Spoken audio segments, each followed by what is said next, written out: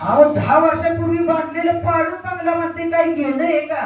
राहायला आहे ना आता सध्या. आणि त्यानं बांधला की इतकं ताटतंय ना, त्याला सरळ चालताना की त्याला ते ठसालतंय. मला वाटतंय माझ्यासारखा मी जी केले ती कोण करू शकणार आहे? तू काय करतोयस? तो काहीच करत नाही. ज्या चिमणीला एक चोच आहे फक्त, तेच दात, तेच ओठ, सर्व काही तेच आहे.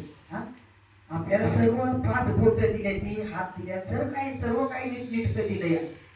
माऊली सांगतात तुम्हाला सर्व दिलंय, पण त्या चिमणीला काय दिलंय?